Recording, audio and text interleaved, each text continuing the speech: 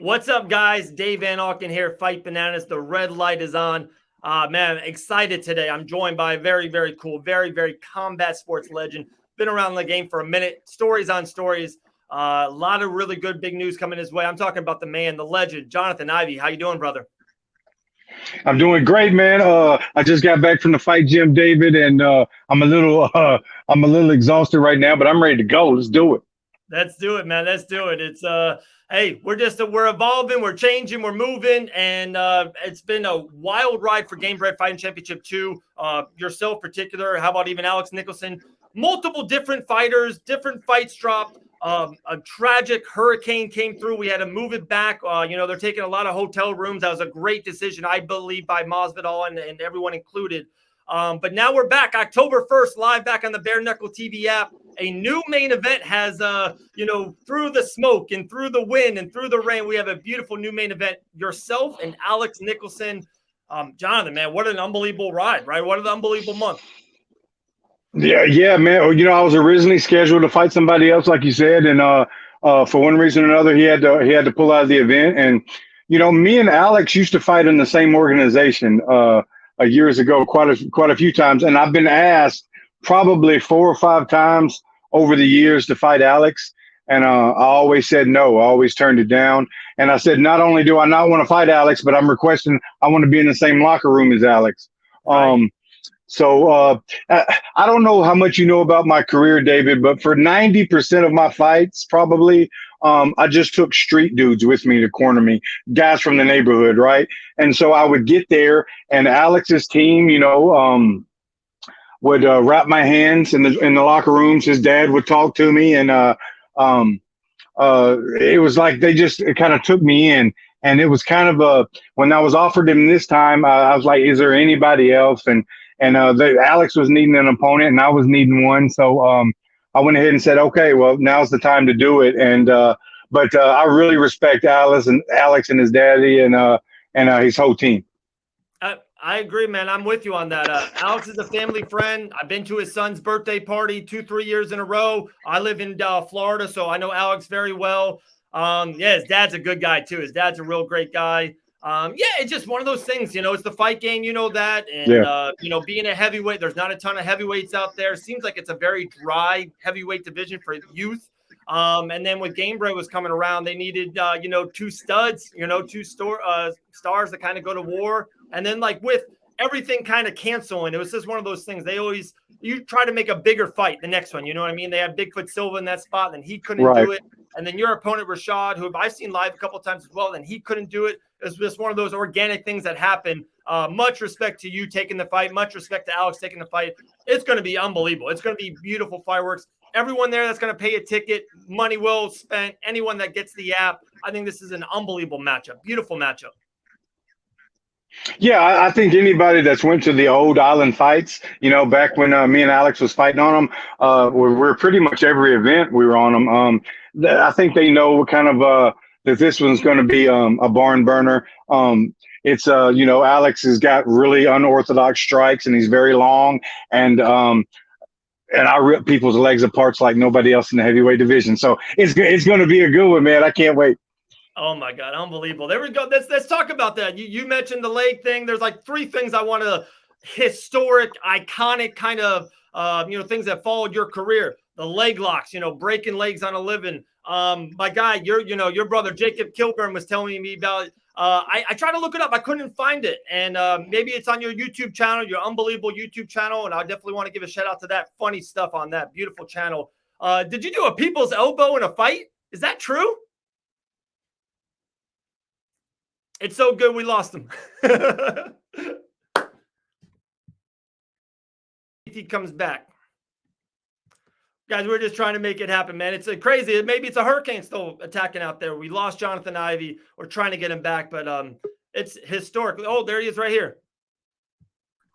You're with me, my man? I got you, bro. I got you, David. So is that true? Did you hear the last thing I said? Is that real true? You did a people's elbow in a fight?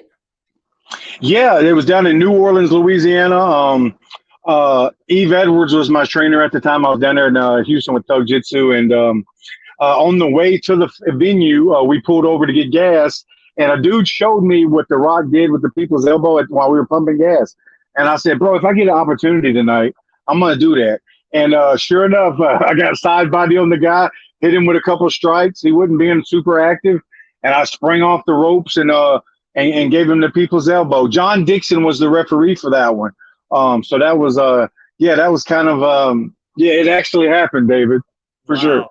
Wow, unbelievable, unbelievable. And I don't know if you heard, I was giving a big shout out right before here, and I knew when we were talking, and you got a subscriber in me. I watch your YouTube channel is beautiful. It's funny. There's great stories on it. There's fights on it. When did you have the idea to kind of like, it's almost like an entertainment hub. Like you can just go down this rabbit hole and go on your channel. You can go on it for hours. It's beautiful stuff, my man.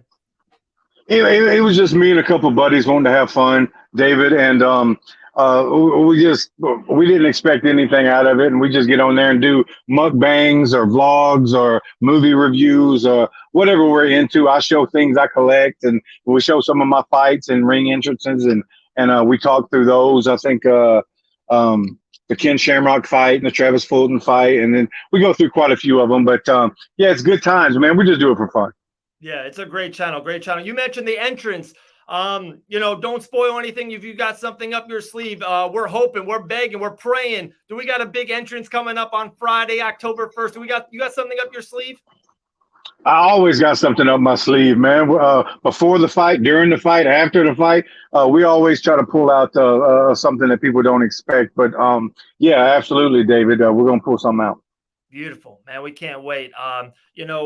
With my connections up there with Gamebred Fighting Championship and Dean Tool doing fabulous work up there, is this something you might want to just really keep on going? I know you might be, or you feel maybe in the later stages of your career, your fighting career. I know you do so much for young talent, and I kind of want to get on that in a little bit with your promotion and all. But do you think you can see yourself in the next 12 months, 15 months, fighting for Gamebred Fighting Championship multiple times, maybe becoming the face of them, maybe becoming the heavyweight mainstay? If you put 3-4 wins in a row, really take over the heavyweight landscape in bare knuckle. If there's anybody that's meant for bare knuckle, it's this guy, David. I promise you. We wanted to. Now, this wasn't the situation. We didn't want to take. I've had a 3-year layoff, right, because of I started my own promotion. But then I decided I wanted to go. I wanted to put that kind of on the back burner for a while and try to concentrate on myself. And we wanted to come back and do bare knuckle. And then we got offered to fight, and then that was kind of exactly what we wanted. And now we to something else because, look, this is professional fighting. You got to just kind of go with the punches, right? And so we've kind of had to call it audible here and do something different. But I absolutely want to stick with the promotion, and I think the promotion and the powers that be and the audience is really going to like what they see in me. I'm very unorthodox, and I don't think they've seen a heavyweight attack legs like I do. Yeah, very true. Very true. I think they're going to be a fan favorite very quick. The crowd cannot wait. That's October 1st, live on the Bare Knuckle TV app. A lot of stuff. So you said with the promotion on the side, like I said, I know you've done a lot of work for a lot of fighters in your community, in your area. Is that something you will want to pick up in the future, kind of when you're done with your fighting career, or are you going to try to maybe maintain both? How's that maybe the future, the next year outlook for you? David, I kind of lost you on my headphones. Can you still hear me good? Yeah, I hear you great. Okay, cool. I started my own promotion. We've had 10 events here in Middle Tennessee. And so I think I'm going to put it off until probably January of next year before we start talking about the next one, but the 11th one. It's absolutely something I want to continue to do because I think that the Middle Tennessee MMA community has really embraced us, and this thing's kind of skyrocketed, man. It's really doing well. Right. Unbelievable. You kind of said about the fans there for Biloxi, all the fans for bare knuckle, and you were saying that you weren't sure that you were going to go this way. You had to adapt, or audible, I think was your exact words. How hard, we're kind of towards hopefully the end of this pandemic. How hard was it really to get you a fight? I talked to Jacob off air a couple of times, and, you're trying to get some stuff to happen, and sometimes you just hit dead ends. In 2021, how hard is it to get you a matchup that you like and you want to go for? My record's the way it is, David, because the matchup doesn't have to be one I like. I take it, and it doesn't matter how much notice they give me or who it's against. But Sometimes it is hard to get me fights. Now, if I have a bad night against somebody, right, I get knocked out and I got to be on the shelf for 30 days typically. But if somebody has a bad night against me, they're on crutches for 3 months and an extended period of time. So people don't necessarily want to fight unorthodox guys people call me a one-trick pony, David, but I've kind of built this pony into a Clydesdale. I feel very comfortable once I get a 2-on-1 on somebody's leg. But man, absolutely. It's just, I'm really looking forward to it. And, Alex was not the guy that we wanted, man. I really like Alex, and I've had to fight. My last fight was against a guy that I considered one of my idols at the time. So I'm used to fighting guys I really respect, and I really respect Alex and his dad and his whole fight team. So this is gonna be it's gonna be good. We're gonna make some money together, and it's how it should be. I love it, man. It's sometimes in the fight game, and there's sometimes a big rivalry. You try to sell the fight that way, and weigh-ins are tough, and there's a pushing or a lot of sometimes a lot of talk goes across the line. To be honest, this is a breath of fresh air. I love how respectful you are to Alex. I think Alex feels the same damn way about yourself, and it's just two gladiators going in doing work. It's things that you love. You both want to move up the tree. You want to move up that pyramid for more big money fights. And like you said, to maybe be the face of Gamebred Fighting Championship. To me, like hearing what you're saying about Alex and how you feel, this is a breath of fresh air. I love it. I'm not going to lie, Johnathan. This sounds great to me. Yeah. And, I know Alex well enough to know as soon as the referee says go, he's going to try to murder me, and I respect him for that. Right. Yeah. And so, and he, we've gotten very comfortable with each other there at Island Fights, and I know kind of what Alex is good at, and his strengths, and I think he knows kind of what my strengths are. So it's going to be entertaining, and it's just who's going to get the other one in the other guy's wheelhouse. Absolutely, man. Guys, everyone subscribe to Johnathan Ivey's YouTube channel. I'm telling you, it's unbelievable. It's just fun time, great time, a ton of different videos, like I said. But Johnathan, I want to give you this time, platform, hit on any sponsors, any shout outs, anything you want to get off your chest. The platform's absolutely yours, my man. Well, I really appreciate you, David, talking with me here before we go do the main event there at Gamebred. But Jacob Kilburn is really kind of, I met Jacob, and he was a very unassuming kid that had never fought before. And he came to one of my leg lock seminars I was teaching, and I started using him as my my demonstrate helper, and so our relationship just kind of bonded, and then he started fighting amateur, and then he started fighting professional, and he said, he pulled me aside one day and he said, "Man, you think I can make it to the UFC?" And I said, "Jacob, there's two things that's going to keep you from fighting in the UFC. One, if you end up in the penitentiary." And his daddy and his mama was real good people, good God-fearing people. And I knew that was the likelihood of that wasn't good. And I said, if you don't get anybody pregnant between now and then, and because sometimes life gets in the way, man, and right. And then you got to do other things. But he avoided both of those, and he ended up in the UFC.